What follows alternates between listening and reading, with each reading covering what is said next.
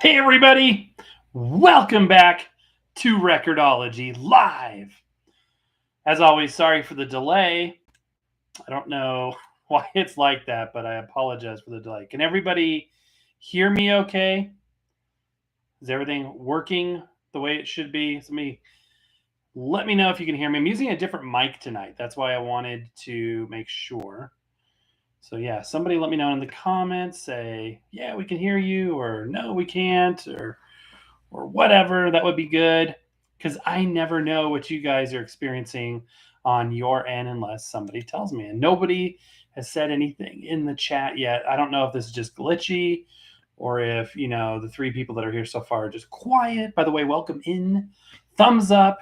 And then let me know in the comments if you can hear me okay. That's my biggest fear, is that I'm just talking and people are like, he can't hear you. But yeah, cool. Audio is fine. Awesome.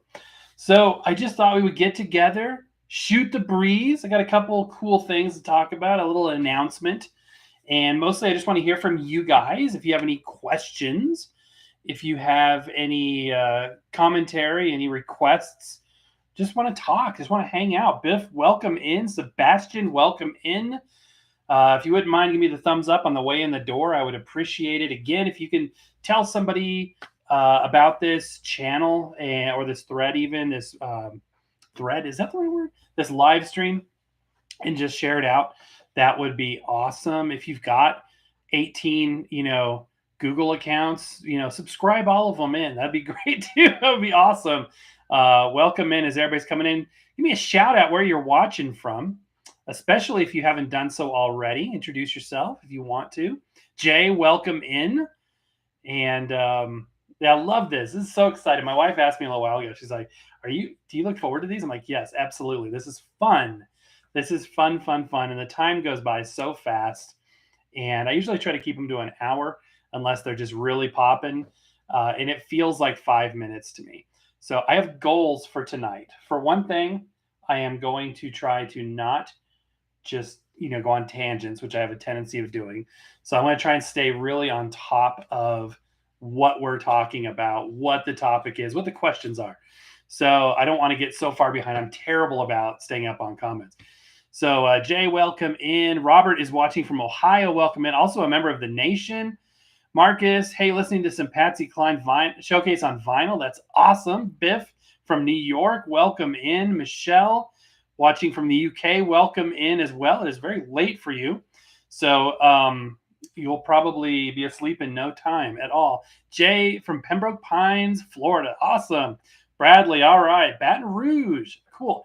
And I'm glad you made it in. I wasn't sure, based on your last post, if you were from the UK yourself, because you were asking me about that, if I had been there. But I'm glad you could be here. RC 1971 from Wisconsin. Lots of new faces and usernames in the chat. That's awesome. And to those of you watching the replay, assuming we post this, we don't post all of these. We post as many as we can. Welcome in as well. If you want to make sure that you don't miss the next one of these, if you haven't subscribed already, do that, and then hit the bell notification so you get that all those notifications, and that way you don't miss anything. Sergio from San Antonio. That's a beautiful town. So we've got Baton Rouge, Wisconsin in the house, San Antonio, the UK, New York, Ohio. This is great. This is great. All across the world, we gather for our shared love of music and vinyl. And that's so cool. And I'm just very appreciative. This is great. It's hump day, as we call it here. And that means we've made it halfway through the week. And it's been a crazy work week for me. So it's been nonstop meetings, and they just keep getting more and more and more and more and more. The company I work for is very, the culture is very meeting centric. And I think part of it may be the fact that a lot of us are working from home, as am I, but I love doing that. But yeah, it's crazy busy, man. I just it keeps me so busy that I don't know how I have energy to do fun stuff at the end of the day. But this is I could be, no sleep for 3 days and still, wake up to do this. Sometimes my wife will be like, "Why aren't you that fun and energetic besides the show?" I'm like, "I'm sorry, I can't control it." Bradley says, "How's everybody in the household? Everybody's doing good. Here in Colorado, it's just been it'd been pretty cold lately and windy, so the wind had finally died down, and but yeah, everybody's doing good. Everybody's healthy, and that's the biggest thing right now." Michelle says it's early Thursday morning here. Well, hope Thursday's good. Let me know how it goes. I've got a lot of meetings on my plate for tomorrow, so if you could let me know how all that goes ahead of time, that would be awesome. That would be great. All right, we got 18 people here already. So, if you want to linger in the back row without saying anything, at least give me the thumbs up. But I'd appreciate it even more so if you would just ask a question, give a shout out, make a comment, mention something, anything like what record you just bought, what record you want to get, what you're listening to music wise lately, what is interesting to you, and maybe even about the Recordology show. What are we questions about anything? We can talk about tips. We can talk about what's going on. These lives are really fun because similar to the way I view our Vinyl Nation family, I view you guys as sort of inner circle. So the people that make time and have the ability to jump on and join a live, I try to reward that. So typically, you guys in a live will get first dibs on new things that are coming, shows. I don't very rarely. I very rarely say what I'm going to do next. I try to keep it a surprise. I want every show to be a surprise. Like, oh wow, it's going to be about this. I think that's fun. You know what I mean? I don't want to be too predictable, but I will kind of give you guys a little bit of a teaser about that. So I stay tuned, and I will definitely let you know what we're going to do this weekend. It's definitely something that has been in the works for some time, and it's somewhat strategic. We really want to grow the channel.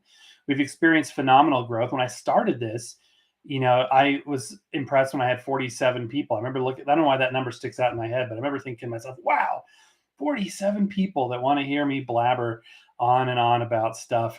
No, they just want to, they don't want to see the tech, the cool stuff, the records, the tech and all that stuff.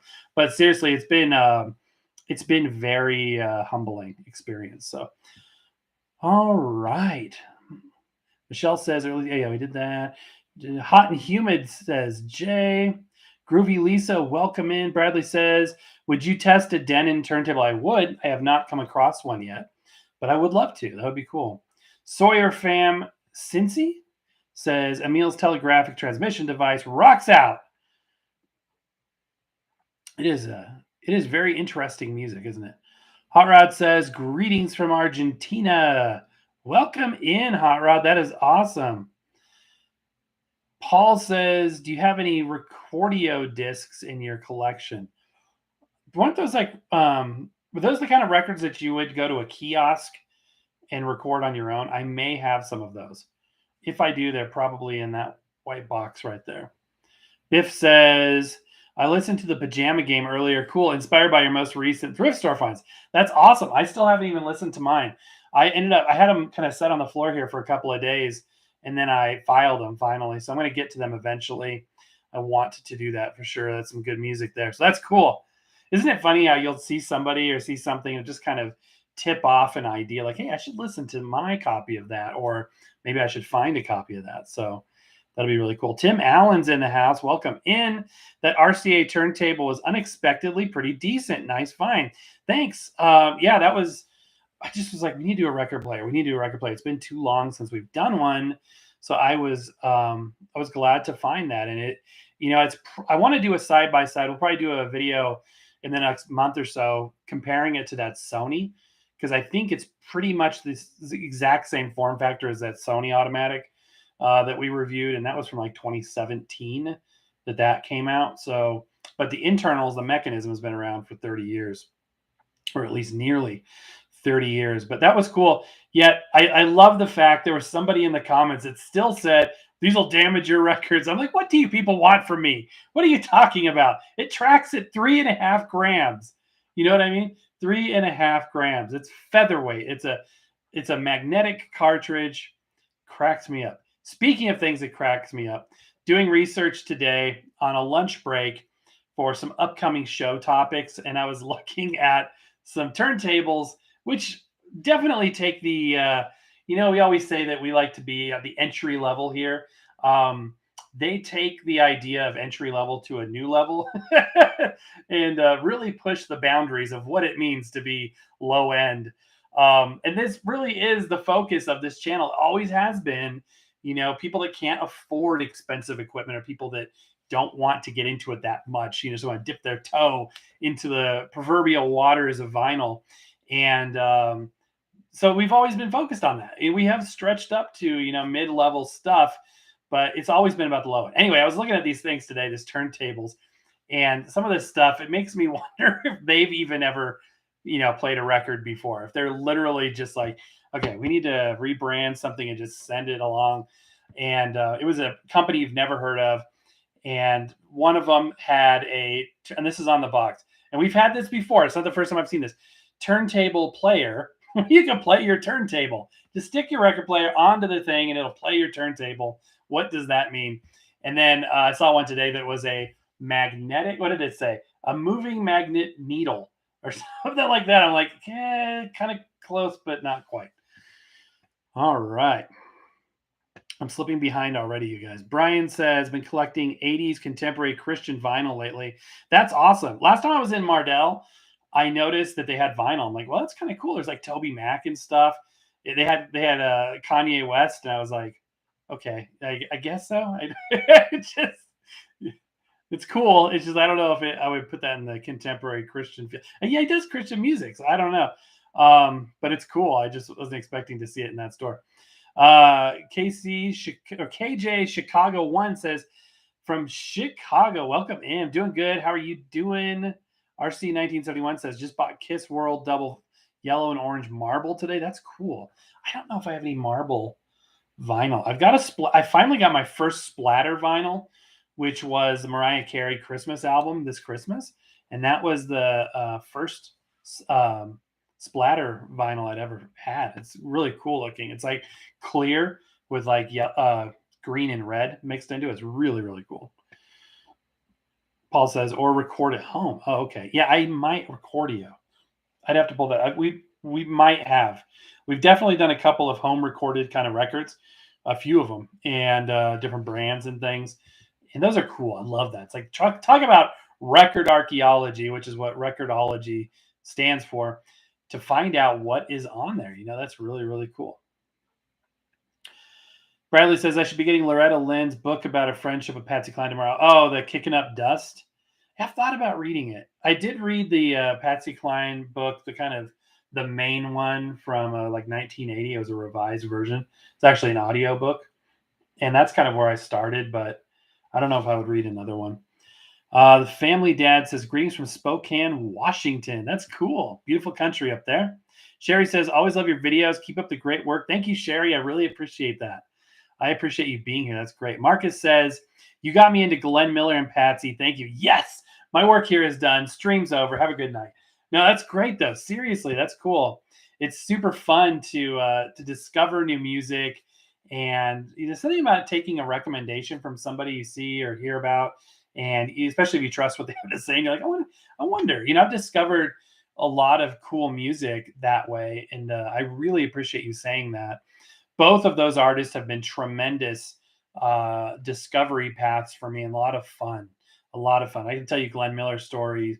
The time I rode around with Glenn Miller's son in my Camaro with bootleg copies, who was in charge of all of the music rights for Sony at the time. Before he passed away. This is 20 years ago, about 25 years ago. And I had bootleg recordings in my Camaro on tape. And I was like, oh, I want to tell you what's in that tape deck right now. But I got to wander around the Glenn Miller archive up in Boulder. And it was like the final scene from Indiana Jones where they've got all the crates and everything everywhere. I'm just like in awe. It was crazy. But no, that's great. I appreciate that. Wow, super chat from Jody. Jody, thank you so much. Sends a $2 super chat. I really, really appreciate the super chats. That's crazy. That always surprises me because I'm never expecting it, but I really appreciate it. That is awesome. Cool. KJ Chicago 1 says, ever had any Columbia Magnetics, Columbia Records, blank 8-track recording tapes? I don't think so. I have some home recorded, like self recorded 8 tracks. I've never recorded my own 8 tracks. Fun fact, both of my 8 track players, the TNT Panasonic from I think 74 and the, what is that thing? It's like a kind of not realistic, but it's kind of on that level, like this wood player only. So I've never recorded my own 8 tracks, but I bought a lot of them about, not many quantity lot, but an actual lot of 8 tracks, maybe eight or nine tapes, and some of them were home recorded. I'm not sure if any of them are Columbia Magnetics. Michelle says, "Love your show. I have the Sony automatic turntable. That's cool. Connect to a soundbar. Sounds great. It's all you need. You're good to go. That's really cool." Robert says, "I have a lot of Christian metal vinyl. That's awesome." Old Radio says, "Old Radio's in the house. He's here. Welcome in." All right. Hello from New Jersey. That is so cool. Old Radio's trying to get a Bolex 8mm camera I made and offer. And so that is cool. That is a very, that's a winding road going down that. My friend Fartamark has recently produced some film on his channel, and it's expensive. I mean, just for a little film, I think he spent like over $200 just to materials and all these people. They were like, "Well, it's just an app. You should get real film." And it's like, it is. He actually did do it the right way. Speaking of film, here's a little teaser for folks in the nation. If you've been around the nation for a couple of months, if you haven't, you still have access to all those shows if you're in the nation. But we had done a series on projectors, both 8mm and 16mm film. And one of the projectors is I haven't been able to date it, but it is what is it? Looking at it right now. I had the model number in my head all day because I was researching bulbs. This bulb, I made a mistake of plugging it in right after I brought it in from a snowstorm. So the bulb was cold and it contracted and broke on me. That is a Keystone something 34. Is it C34? The C36? Anyway, it's an old school 16mm silent projector. And I got a box full of films with it too. And I haven't been able to do that much with it except for sort of a quick introductory look for the nation because the bulb burned out. So I finally bought the bulb today. It took a lot of research. I had to find a 120 volt, obviously. It had to be less than 300 watts, but the lumens had to be, high enough for a projector. And of course, the original OEM part, long gone, right? So I was looking through parts lists and I finally found one I think will work. Fingers crossed. And I ordered it. It was only like $9. And I got some other things too that I think will make for some interesting shows. I hope so. All right. Bradley says, if the Patsy Cline CD I ordered has excellent remastering, I will have Walmart ship you. Oh, that's awesome, Bradley. Thank you. Yeah, I was looking at that. It looks really cool. I remember early days when I was just starting out in my Patsy Cline journey. At one point, I thought that the 3 albums on there, the 1957 self-titled album, Showcase, and Sentimental Years, I thought that was I thought that was everything. I thought if you got those 3 albums, you had the entire catalog, which I found out later was not true, that there was so much music, already in the can when she passed away in 1963 that they were still releasing her albums with new music for years and years. So that's kind of what made me keep looking. And I ended up getting that MCA set that I showed you, which I still think is a definitive one because there's stereo only versions of songs that aren't available anywhere else. That being said, that CD you got looks really cool and I'm still very interested. So yeah, if you like it and you want to send a copy, I'd love to do that. We haven't had any viewer donations in a little while, which is totally fine. But when we do, we always feature that stuff on the show and give a big shout out too. So folks have been very gracious and sent us lots of stuff. Paul says, have you done any other shows on your film projector? No, we're going to do some more, I promise. Even more fun recording on El Cassette. That I haven't even gone down that or DCC. When I was in television, we did some DCC for like portable audio recording, but I didn't, get into it for, like this type of stuff, like music recording. Oh, you have a bunch of bulbs. Oh, that's cool. Yeah, I might, that might be very helpful. It was a bayonet design. It was just like a this kind of. I just happen to have this, like a see the bull post one there and one there. I think it's a bayonet 15 or BA something like that. If it has that base, then it just has to be 120 volts, and the wattage has to be under 300 watts. So anything in that regard would work really well. Yes, it's true. Major record companies, Columbia, Capitol, RCA, and Pickwick all branched out into the blank tape market. That's really neat. And I think it'd be cool to have like an RCA blank tape or a Columbia or Capitol and be like, yeah, I'm making a Capitol record, That's really cool. Bradley says, was the opening you featured a woman taking a record and breaking it from a movie?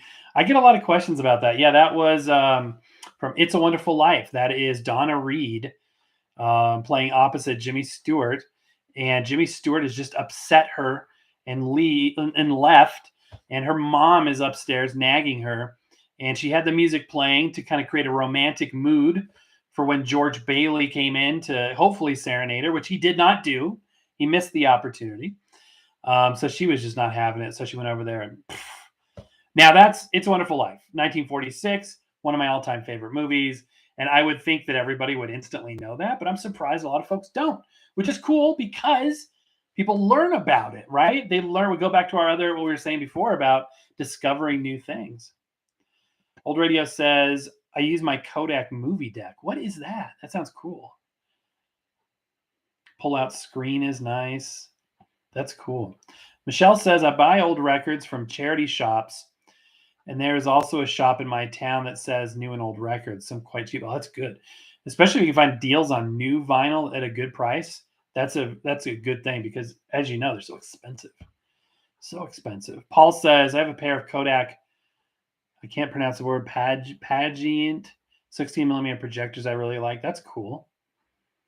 Old Radios, I already got a 16 millimeter Super 8 Bolex now. I need a regular 8 and eventually 16 millimeter reflex model. For cameras, for film cameras, I've got a Revere 16 millimeter magazine loading camera. I've never shot an inch of film on it, and I've got an 8 millimeter Kodak Brownie. But they're just kind of for show. When I was in film school, we were shooting Super 16 for the most part, but I never owned any of the cameras I shot on. And but that's really cool. I've thought about possibly getting into shooting film. I just think it's too expensive. You know what I mean? Like, I just think it's too expensive. And I know it's what I'm about to say to a film aficionado, which I myself am. For most of the purposes I have, just like the novelty stuff or intros and things, apps that can make it look like that is pretty good enough for me. If I'm doing an actual project, which my wife and I still do produce from time to time, films, it'll probably be 4K, and then from there we'll make it look however we want. Speaking of film, though, I've got a film frame right here. This is a 70 millimeter print from Star Wars, which is kind of cool. This one, it's hard to see. You won't be able to see it on camera, but the coating is sort of shrinking, and it's got kind of a not good appearance. And then let's see if I can reach this one. This is under my monitor here. This one I picked up last year, I think. This is another 70 millimeter film frame from Titanic. Now, both of those are, they take a negative, an inner negative, and then they make a print specifically for the purposes of chopping it up. And a long time ago, Mr. Record-ology actually worked in a movie theater and conned the projectionist out of a bunch of film trailer reels.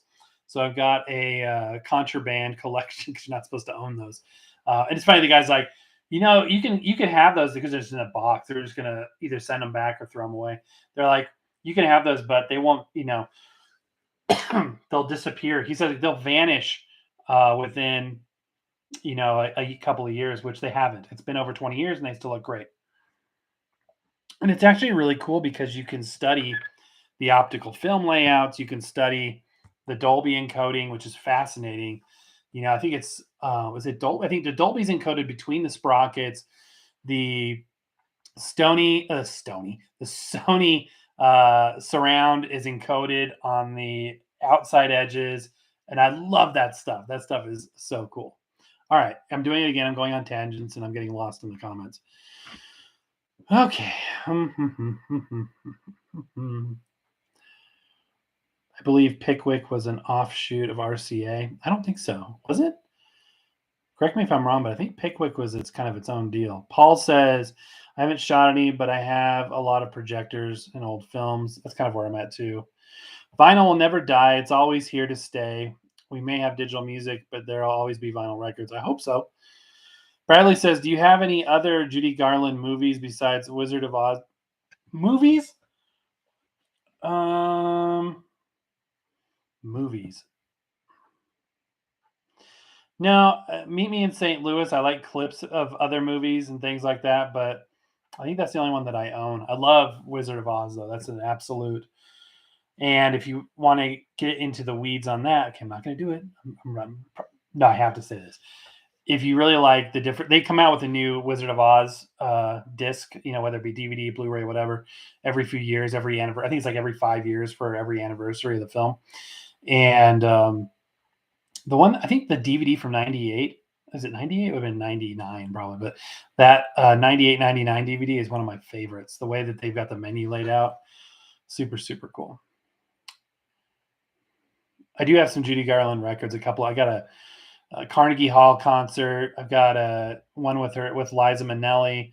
One of my favorite Judy Garland things is actually her TV special, her Christmas TV special that she did. It's available on YouTube. That's a really fun thing to watch.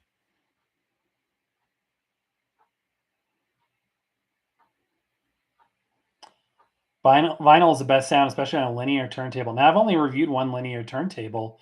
It was Marantz. It was a Marantz deck from the 80s. It's really cool. And it makes sense because, a lathe cuts the master linearly, without any, there's no arm like there is with the record player. So with the record player, you're only tracking correctly in two places. Everything else, you've got tracking errors. So there's a variable there, and it's a matter of whether or not the variable is within limits. You know what I mean? So a linear turntable makes a lot of sense.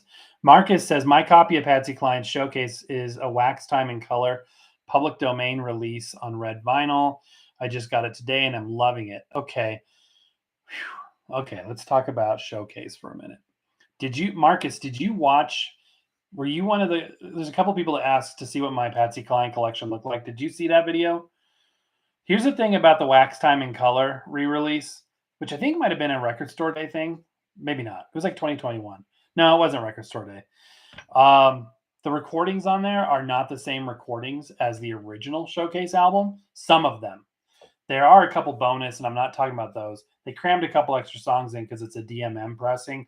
And with the DMM, they can just basically, scoot those grooves closer together. But they used some of the earlier recordings. So Patsy Cline and a lot of artists re-recorded a lot of their own music. So some of them are the older versions of songs. So if you get an official licensed Showcase release, then you get the second tier recording, and the second iteration of those recordings. They're completely arranged differently in stereo, oftentimes instead of mono. Not that the originals are bad; they're good to have those too. But some of them I think are even live tracks on there. I'd have to go back and listen to it again. It's still cool. I have it too, and I love it. And but it's good to be aware. The European Union releases sometimes are that way, so it's kind of an interesting thing. But that's cool. I'm glad you got one. I bought a used one on eBay a couple months ago, and I'm glad I did. It's really cool, and it's a cool pressing too.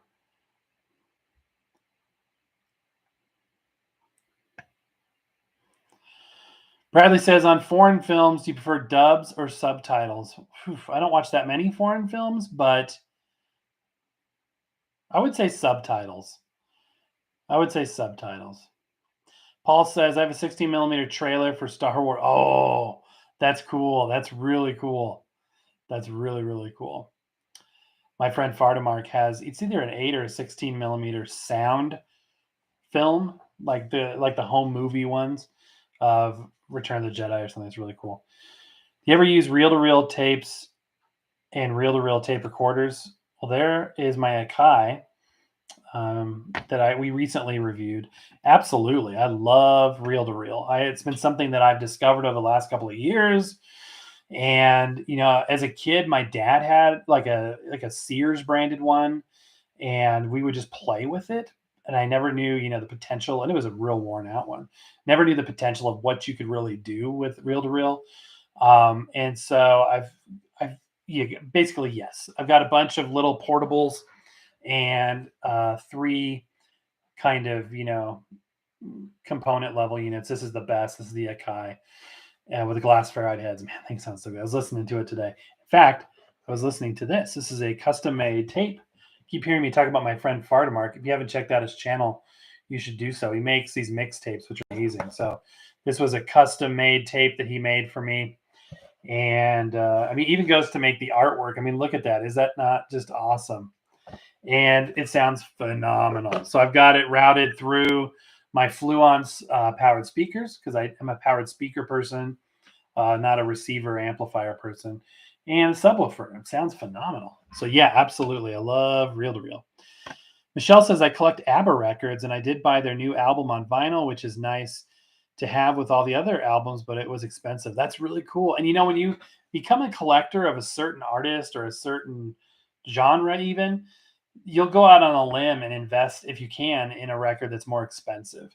If you're just like, I want to check out ABBA, I've never heard them before, you probably wouldn't spend that much. But because the music, and you appreciate it to a deeper level, you will go out and spend a little bit more if you can. So that's really cool. Camden was an offshoot of RCA. You're right, old radios. Camden was interesting the way they did that. They're still, Camden pressed.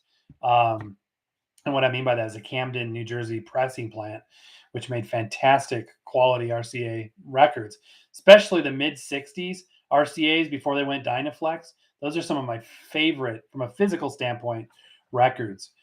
And yeah, absolutely phenomenal. And the way that those worked, for those that don't know, they just basically worked agreements with the artists that they would get reduced, or basically it was reduced royalties. And then the difference that they had created with that different margin, they passed it on to the customer. So they were usually older artists or older music, or they were re-releases and stuff. But if you're just collecting music and you pick up a Camden one versus the RCA original, it'll sound just as good. There's not, like, from a quality standpoint, there's no difference. Mine was a Fisher. That's cool.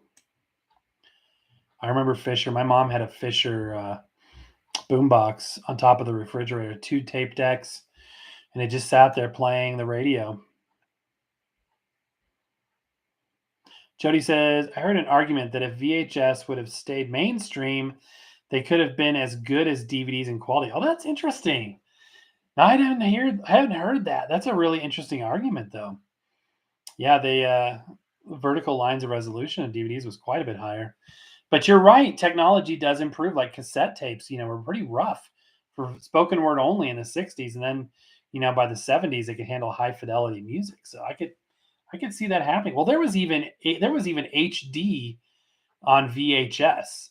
Tecmo, of course, did a show about HD VHS format. So yeah, that's there you go. That would have superseded DVDs, because DVDs are still standard def. Michelle says, in the UK, a lot of albums were released on the budget label Music for Pleasure, MFP, which I believe was an offshoot of EMI. That's interesting. I did not know that. Finally had a bottle of Coke Starlight. It has a minty aftertaste. So I was actually toying with the idea of bringing that on the show today, because I have a bottle in the fridge. Our son has tried it. My wife and I have not yet. And I want to try. He says it tastes like space. What does that mean? You know what I mean? He says like cotton candy kind of flavor to it. But you're saying it has a minty aftertaste. Speaking of drinking, non-alcoholic beverages, get your mind out of the gutter. Why not do it with this beautiful new Record-ology merch? Let's see if I can get a decent shot. This is the all new Record-ology coffee cup with custom made artwork. We hired some designers to redo all of our merch, and my wife was instrumental in making that happen. She did design work herself. So we created some new logos and patterns and things. And this is one of my favorites. This is the prototype. It came today, but you can get yours. Link down below and on the merch shelf of all of our videos.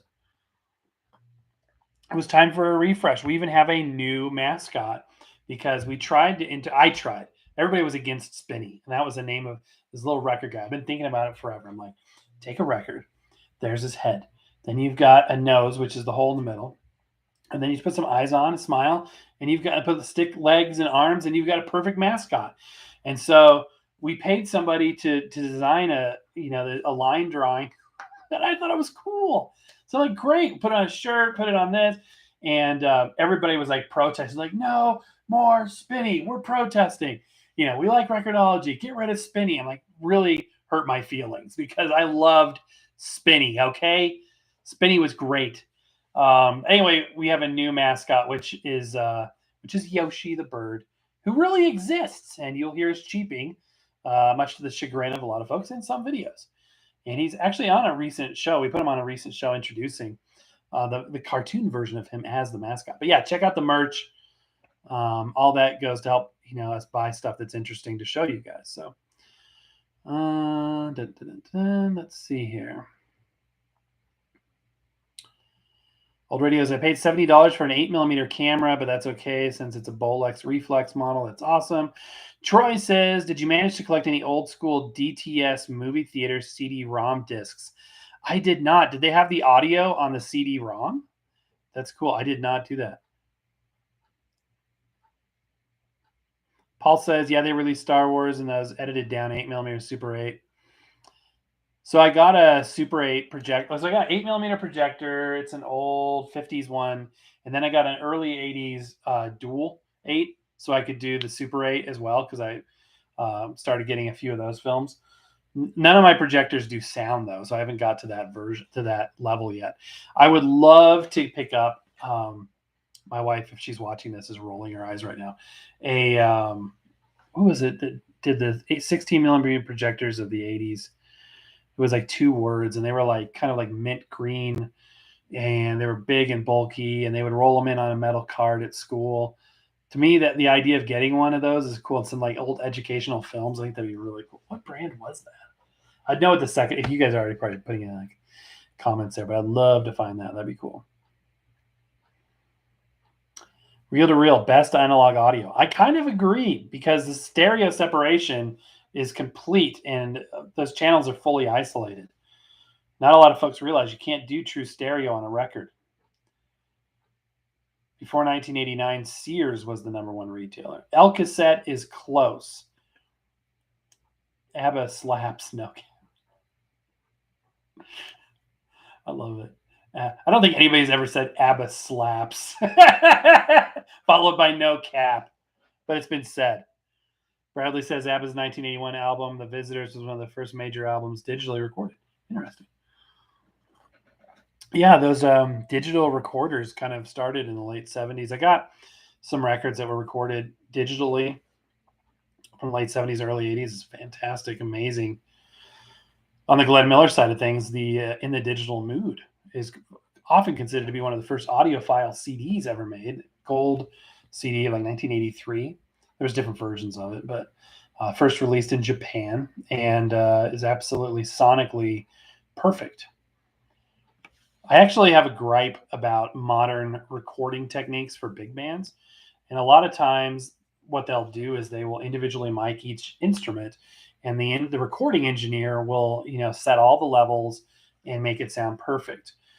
Whereas part of what I feel the big band sound benefits from are the fewer mics, the better. Because when old big band remotes were a thing, they would only have sometimes one mic, maybe a vocal mic for the singer, and then a band mic, maybe a section mic at most. And you kind of got the blend in a different way versus having a mic right up here versus, having it further away.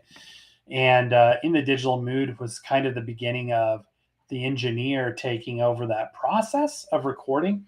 Now, eventually people realized this was creating a very cold, harsh, and perhaps over-engineered sound when it comes to the big band music.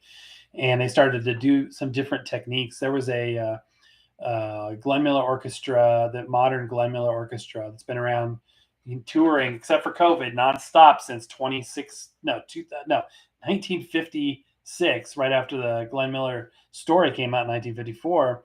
They've been on the road since then. And what am I trying to say?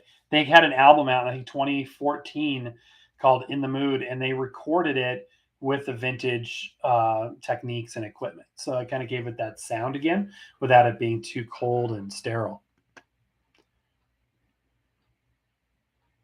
Remember the Red Seal record label? Yes, we did some shows about Red Seal recently.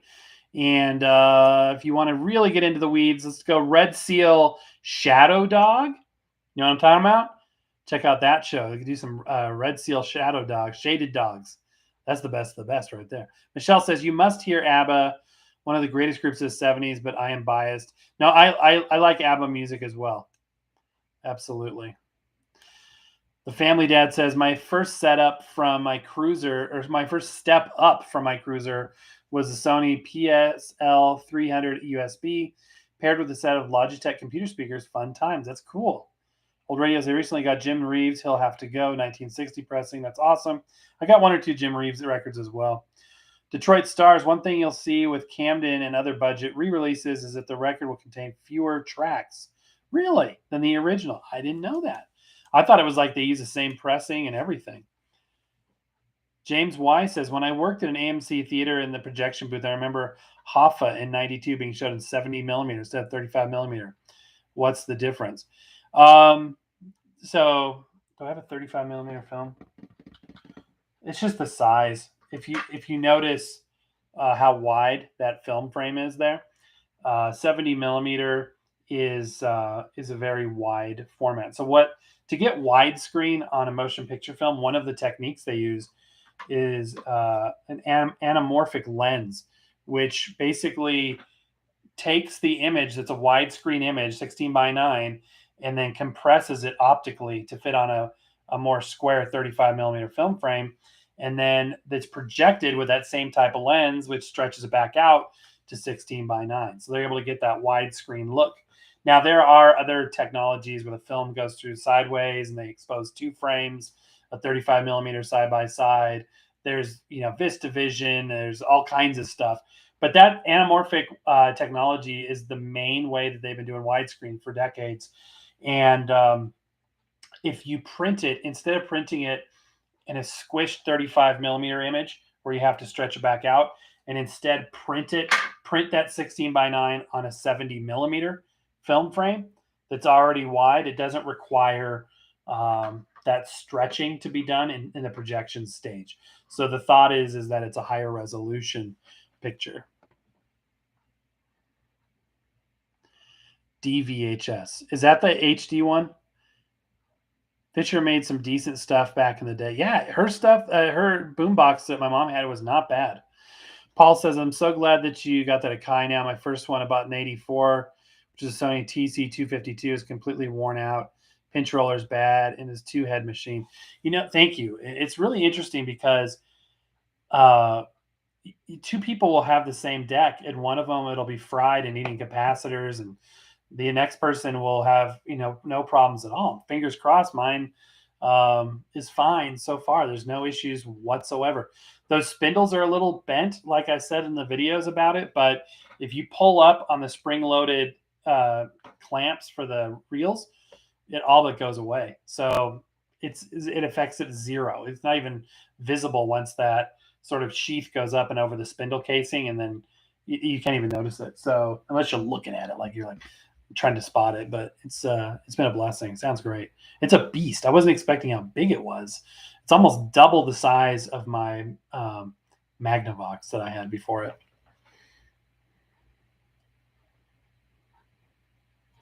Same thing with old equipment. Some people will get like a 1950s thing and it'll be fine still with good belts, and then somebody else will get one and their belts are fried. It's just like, it's kind of weird.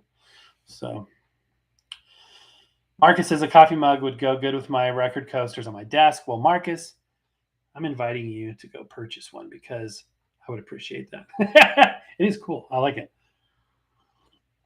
Hopefully lots of folks get those. I think it's cool. Got a little R in the back. That was my addition because they had the option to add an image to the back. I'm like, let's put an R back there. Put the Record-ology R.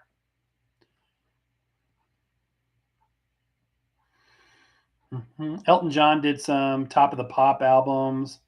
That's cool. When I think Top of the Pops, I think of Status Quo.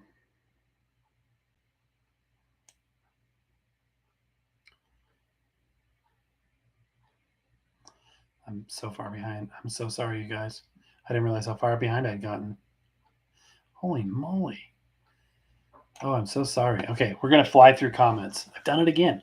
I'm terrible. I'm like chilling. I'm like going slow.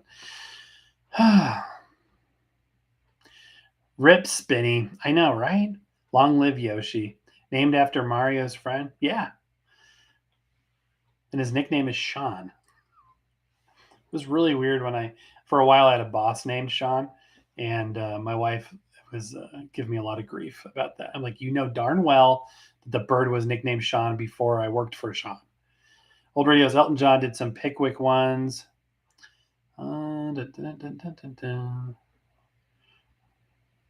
Just skipping through the comments here. I know a lot of these are you guys talking to each other, which is awesome.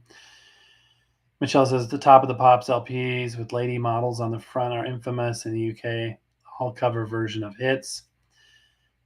But 60s on Kodak. You need to pick up the 1812 Overture. Oh, I've heard about this. Is this with the cannons that'll like derail your stylus? Overture and Teller 1979. It was a digital recording. I have it both. Seeing vinyl, I will say the violins sound better on vinyl because of resonance. I think that I remember 1979. I think that's the same one. I need to check that out. Not many people know you could actually buy full albums on reel-to-reel because most people thought reel-to-reel was just for recording. Yeah, you could, and they're just so expensive. It's so expensive. I was lucky to find some. Check this out. This is an example of one that I bought. This is a pre-recorded reel-to-reel tape, and I've taken the price tag off, but I got this for like $1. I found a shop that had a bunch of these from an estate sale, and I wouldn't have bought this on record necessarily, but for a reel-to-reel tape, it's really cool. And when you get these, it's kind of this is interesting. And you got to check out how the tape is laid out. This one is a 2-channel, 7.5 inches per second, 4 inline heads. So the head alignment can be a little bit different. There's also a date up there, 1959. If your tape deck, is configured with, like mine's a 1/4-track stereo deck, which is pretty common. But if it's say a 1/2-track layout or something that's different, the tape may not play back right, which can be kind of tricky. There is the front of it. I love the labels on it, the actual, capital label. And a lot of them have like a large label that goes across. This one doesn't. The cheaper ones I've noticed have kind of these minimalistic labels. But yeah, super cool. And I only have maybe 10 or 15 tapes, but it's a blessing to have any because you're right. A lot of people thought of it as a home recorded only kind of deal.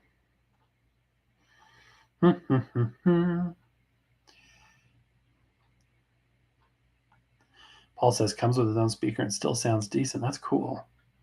I love Kodak Movie Deck. I've had nothing but bad experience with B&H Super 8 projectors. Michelle says I meant the models were on the cover of the record sleeve. Okay. Paul says sounds like I've been lucky with my Bell & Howell. Old Radio says my Kodak projector have never eaten film. Man, I've had some films just get destroyed in projectors. Like if a take up reel or hub isn't like oiled well and it just stops moving and the projector's spitting film out. I had this one where it just took the film, it was kind of old and brittle, and it just folded it up like a zigzag up into like this. It's like, good Lord, it's probably 10 feet of film that was just destroyed. Let's not forget Motown and the Sound of Philadelphia. They had some good records in the 70s. Absolutely. I love Motown. Bradley says, good night, everyone. I'm off to bed. Thank you, Bradley, for joining. Appreciate it. Jeremy says, hi. All right, guys. Notice how Jeremy is sporting the wrench. That's because he's a mod. So I want to say thank you to my moderators. I appreciate it. Jeremy is in the house. Probably been in the house for a while because I'm really behind on comments. Old Radio says, I have the top of the line movie deck 285 model. The only thing it does that annoys me is sometimes the rewind kicks too fast. Interesting. Matthew says, big band sound, Lawrence Welk music. Earlier than my time, but I enjoy listening to his music. I am not ashamed to say that I've got Lawrence Welk records, and I like the music. I absolutely do. Wow, I am behind. Family Dad, this will kill you. I picked up a Best of ABBA cassette, Patsy Cline and Kitty Wells compilation cassette, and a salute to Tommy Dorsey on a 4-track reel from the Salvation Army for $4. Oh my gosh. Just, you know what I mean? It's just buying a reel-to-reel tape of an album you're trying to find is an expensive proposition. Every once in a while, a Patsy Cline album on reel-to-reel tape will pop up on eBay, $200 to $400. Just not going to do it. You know what I mean? I can't do it. There's never going to be, there's never not going to be a place for that $200 that doesn't get it before, it goes to buying that. But if I found a deal like that, I would all day long, I'd be buying that. Then I'd go up to the front and say, if you know who donated this, I don't want to be creepy, but can I have their information? I kind of want to stalk them right now and find out if they have more. That's a great deal. Jeremy says, waiting for an R sticker in the merch store. We do have stickers coming. Are they not in the merch store? We do have stickers coming. It's not just a straight R, but we are having some stickers. So haven't decided exactly, I guess, how that's going to be distributed. I have to talk to the boss and see what the plan is there, but stand by. More cool stuff is coming, and not just what's already out there. Classical's better on reel-to-reel, says Old Radios. Troy says DTS CD-ROM discs were synchronized up to the film prints at the theaters. They were dropped when movie theaters went digital. Oh, that's really cool. Are they playable on anything? Like, can you play the audio on anything now? That's awesome. I didn't know that. That's really cool. eBay sells reel-to-reel. Yes, they do. All price points too. Fred Waring from the 1920s and early 30s was good, but not a fan of his later choir stuff. And that's what that is. That's kind of, I think the Pennsylvanians were his like kind of choir group, and it's not. I listened to this and I was like, it's okay. Again, for $1, yes. But again, I wouldn't go seek it out otherwise, probably. I just feel like it's too good of a deal to pass up. I did a total 180 with his music. Isn't that annoying? You get used to something and then, they switch on you. The Family Dad, Pachelbel canon and D. Tchaikovsky canons. Yeah, I love all that stuff. I love classical music. Absolutely. Paul says, with a 2-channel tape being played on your 4-channel deck, you'll find the output of the right channel will be a little lower because of the head alignment. Exactly. The original voice of Popeye worked with Fred Waring. Really? I didn't know that. I goofed up recording my first 60mm film and accidentally used a slightly bent take-up spool and my camera jammed. Ooh, that's not fun. See, expensive, right? Expensive mistakes. KJ Chicago 1 says, see you later. Till next time, the next episode. Thank you for joining. I appreciate it. I know it's getting late, guys. We're going to try and cut it here in a little bit. But I want to make sure that we get everybody an opportunity to smash the like button and ask a question, make a comment, or just watch me try to recall things. Let's see here. So you had to cut off half of what you shot. Oh, that sucks. I'm sorry. Paul says, I found a Revox A77 2-channel deck, very cheap, that needed a belt for the counter and replaced it myself. That's awesome. I have a pre-recorded tape from 1957 that's called Blood and Thunder Classics. That's interesting. That tape sounds incredible. Wow. Recorded 7.5 inches per second. Right. Yeah, 3 inches at 3 3/4 is cheaper than 7. Roman DGMA.record players. Dude, I can't believe you're in here. Thank you very much. What an honor. I love finding non-music stuff on reel-to-reel tapes. I once found a lost tape of the youngest legally elected senator giving a speech pre-election. That's crazy. That's cool. We reviewed was it my Sony, my little, where is it? That's way up there. my Sony portable kind of miniature reel-to-reel tape recorder, and it came with a bunch of tapes, and there were some Nixon speeches on there. I was like, holy moly, I've got the Lost Nixon tapes. That's really cool. That's awesome. And thank you for joining, by the way. I appreciate it. Jody says, not many people know that full albums were released on Laserdisc. I think I have heard that. Revox is awesome. He's a TX. Dun, dun, dun. I'm caught up on comments. I can't believe it. Hey, Record-ology. Good evening. I was wondering if you can answer a question similar to what I asked you last time. Is this the one I never answered? If so, please, Anthony, throw it in the comments or in the chat. Let's do this. I apologize. George, welcome in. Check that out. I love that design. I think that people really like that. Isn't that cool? And then on the back, the R. It's weird having your own merch. It's really, really weird. We had a first gen merch for a couple of years and didn't sell let's just say it didn't sell like I hoped it would. It was basically iterations of our existing logo. So we really tried to come up with some new stuff. And my wife was instrumental in making that happen and making it cool because, I brought a spinny. Okay. Just say that. That's kind of where I no more. Are you in charge of it? That's what she says to me. You're just a stuffed shirt. Go on camera. And, people don't want to have you designing boring logos and creepy people or creepy characters. Old Radio says, I thought the Friar Club's roast of Harry E. Brown was original, but it's a bootleg. Farrell says, I once found a radio interview on Reel to Reel with controversial filmmaker. The moderator was wondering what was on his mind. Old Radio says, but yeah, famous comedians circa 1950 dropping F-bombs. Oh, that's weird. That's so weird. I always go through this phase where you realize, did the F word exist before I was born? It still kind of shocks me. If you've heard the Elvis tapes where he's like, I think it was after he had fired his Memphis Mafia and they were about to publish that book, Elvis, What Happened? And there's recordings of him like threatening him. It's language is just foul. It's like, that's Elvis? It ruins it.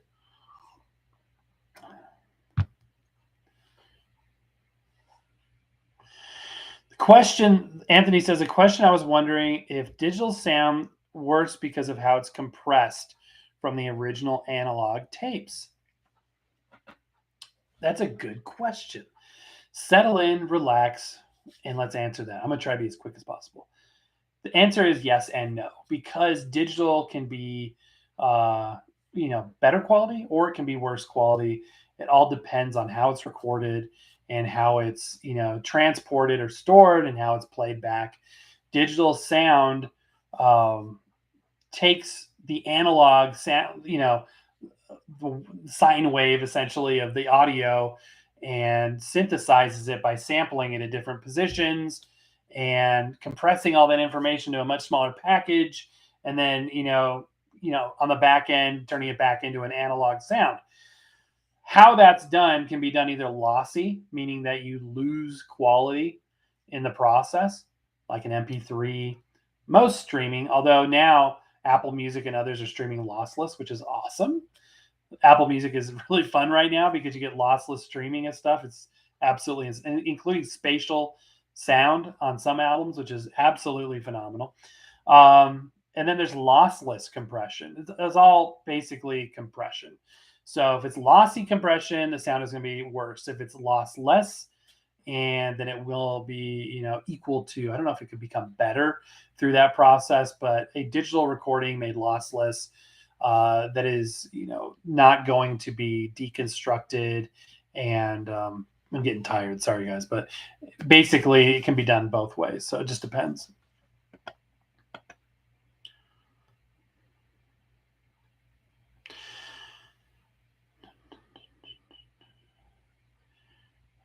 Mixed it with some random jazz and it slowed down. It was pretty awesome. That's interesting.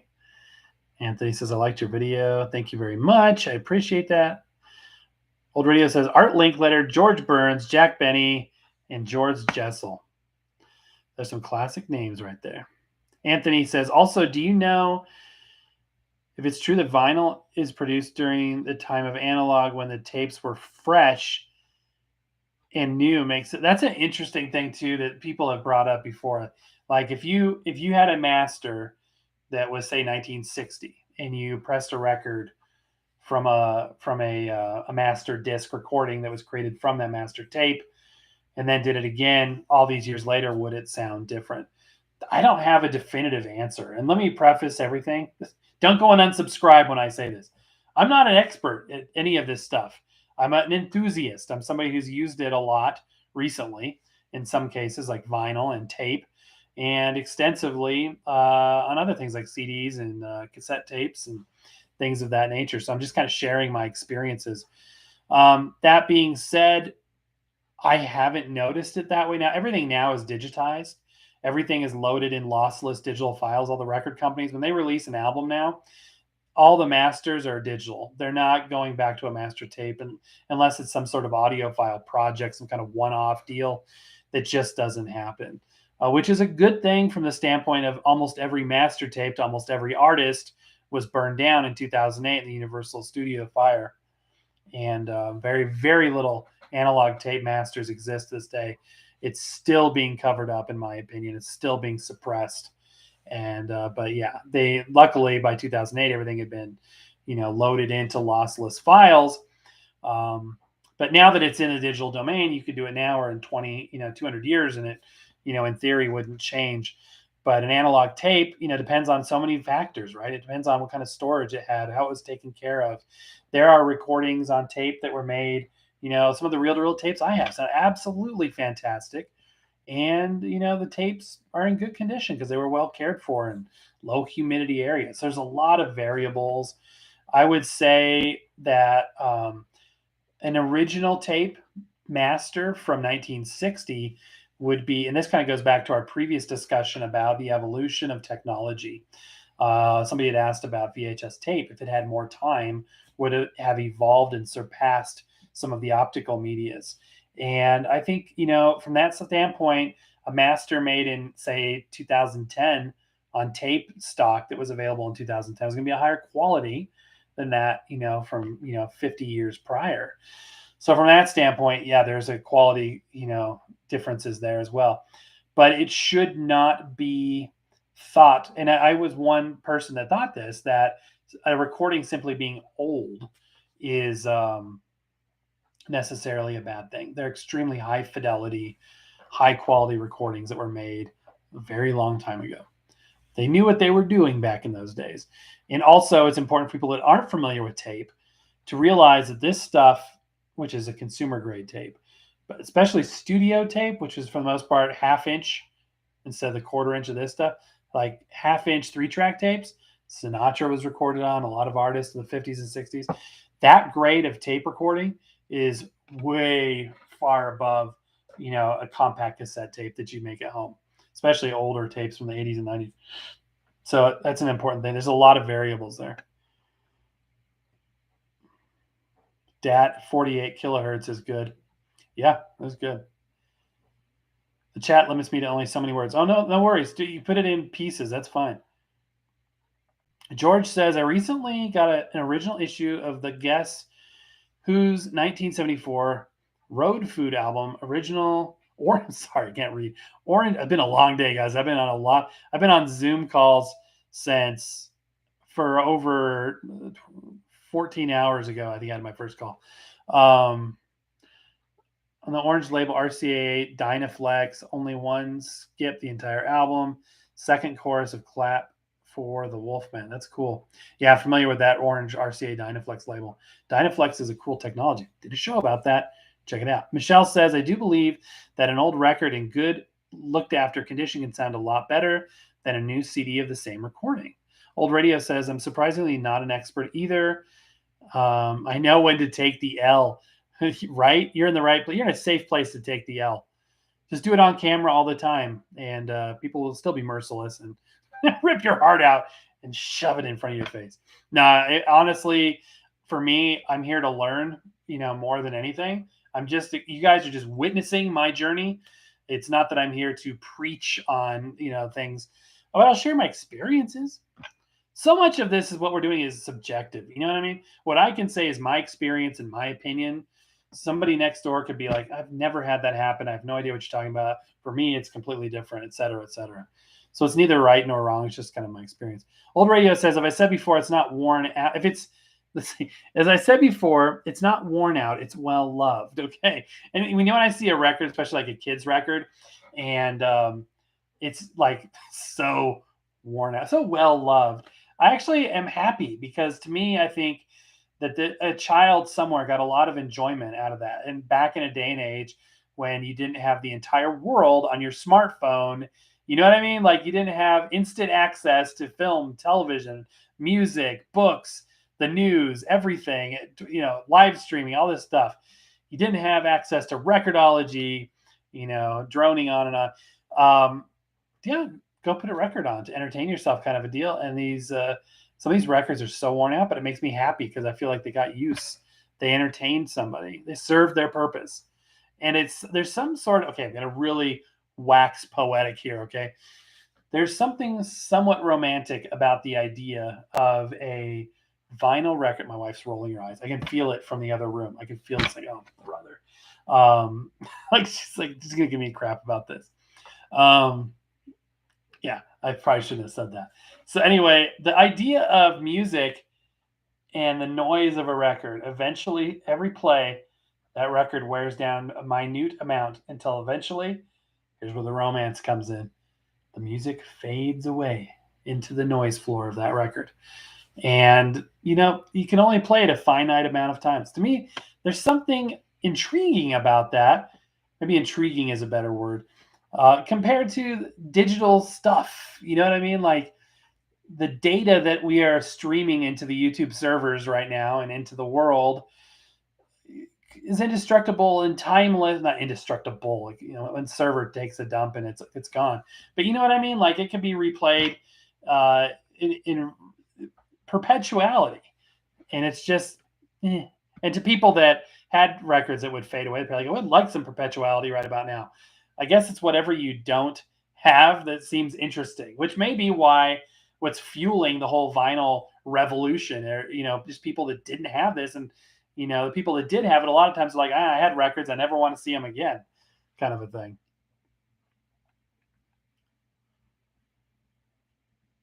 Jody says, what you said about fire, what you said, okay, sorry, I cannot read. What you had said about the fire, a lot of the masters are lost now because of it. And now a lot of songs will never be released because of that. And a lot of the artists have said something. It's true. And it's speculated, and it has to be true that there's versions and B-sides and things, alternate takes that, you know, just will never be heard now. It's unbelievable. Paul says hi-fi VHS audio is comparable to reel-to-reel tape, believe it or not. We did a show about that too. I should stop saying that. We've done a show about everything at this point. But I agree. Yeah, hi-fi VHS and the audio is handled differently. And it's an example of me learning something from you guys. Because when I did my show about hi-fi VHS audio, I didn't realize that the audio was helical scanned with the drum as part of the video. I thought that it was laid down linearly, like non-hi-fi audio on an old school non-hi-fi VHS deck. But you're right. It's interesting stuff. Family Dad, the biggest advantage of optical media is the durability. Scratches can be polished out, but stretched and wrinkled. Paul says, yep, I used to record blanks or bands back in the damn VHS, hi-fi. Yeah, people, and the record time on a hi-fi tape, you know, you can record 8 hours. Can you do that in SP mode? I'm trying to think. Maybe 6 hours was the limit in SP mode. Because you go EP mode and it's not good. I remember buying like cheap, like Madison or Good Times videotapes, and it would be a full length movie, but it'd be in EP mode, and it'd be like so little tape. It's recorded in high quality EP mode. Like that wasn't high quality. SP mode was the only good mode. Everything else was terrible, even with a good VCR. All right, let's wrap it up, you guys. Or torn tape is irreversible. Yeah, it's true. Paul says, I mixed 2 SVHS cameras with a Panasonic mixer and a board feed for audio to make a TV show, and it sounded great. That's awesome. Did a lot of SVHS stuff in film school. Was the sound on SVHS handled differently than hi-fi VHS? I thought the only difference was the visual. I didn't think that it was, you know, the audio was any different. Because the bandwidth on hi-fi VHS is phenomenal, as you know. Troy says DTS discs would not work on any standard CD player, but they would ironically work on a Laserdisc player with a separate DTS decoder. Interesting. Each disc was only 20 minutes of audio, the length of an average 35 millimeter film reel. Yeah, they used to say the final editor was the projectionist. They assemble the platters with all of the film reel. Bell and Howell worked with Canon. Oh, that's interesting. Michelle says, I just love the whole experience of vinyl, the sleeve to look at while you listen. Me too. The sound of dropping a stylus on the record, the pops, the crackles, the warmth of the analogs. Exactly. The imperfections is part of the fun of it all. And you're right. That moment when the needle drops and you hear kind of a static pop and, you're like, oh, here it comes. It's exciting. It's fun. It's so much better than just like tapping on a glass screen to make music happen. Paul says, one interesting thing is one of my friends had a couple Warner Brothers CDs that the audio fluctuated loud and soft really fast throughout the whole thing. Interesting. It played through, but wasn't acceptable. Interesting. Juan says, oh, hey, what's up? I was hitting a workout. What are y'all talking about? Hey, Juan, welcome in. We're just shooting the breeze and actually kind of wrapping up here. Old Radio says some gaff cameras or rebadged Canons. Paul says Sony Gold SVHS tapes were the best. I really liked when it came to especially Beta SP in television world was the Maxell tapes. The tape stock was great. Didn't have any dropouts. We used a lot of Sony, though. Little Doodle says, been a fan for a while, man. Love your work. Thank you so much and welcome in. I really appreciate it. Old Radios, I've got an SVHS VCR, but no tapes. Sound was the same, said Paul. Okay. Say good night, Yoshi. Good night, Yoshi. Good night, family, Dad. Appreciate you being here. Old Radios, I still love collecting records, even if I'm a little critical of them. Old Radios, I love acoustic machines. Juan says, good night, Yoshi. Our mascot, he's kind of, he won't sleep if somebody's up. So if I get up in the middle of the night to let the dog out or something, he'll be magically awake at that moment as well. Then in the middle of the day, I'll look over and he's asleep with one foot up like this, resting it. He's a green sheet canoer, by the way. Paul says, I'm so glad I was able to catch you live. Really glad your channel is out there and you're covering a wide range of topics. I really appreciate it. Thank you and good night, Paul. Thank you very much. As we wrap it up here, guys, I just want to say thank you to everybody. And the chat was really popping tonight. It was a lot of fun. If you just joined us and you're like, dang, I hate it when I join a live and it's just ending. Happens to me too. We probably will post this again, so check back in a little while. If not, boy, we have nearly 1,000 videos and a bunch of lives posted as well. So I want to say God bless you to each and every one of you. And sincerely, thank you for taking the time out of your day to watch our videos and to watch our lives and for just being there. So take care of one another. And thank you so very, very much for joining us. Have a great evening or morning, whatever time it is, wherever you're at. And have a great night. God bless, guys. We'll see you next time.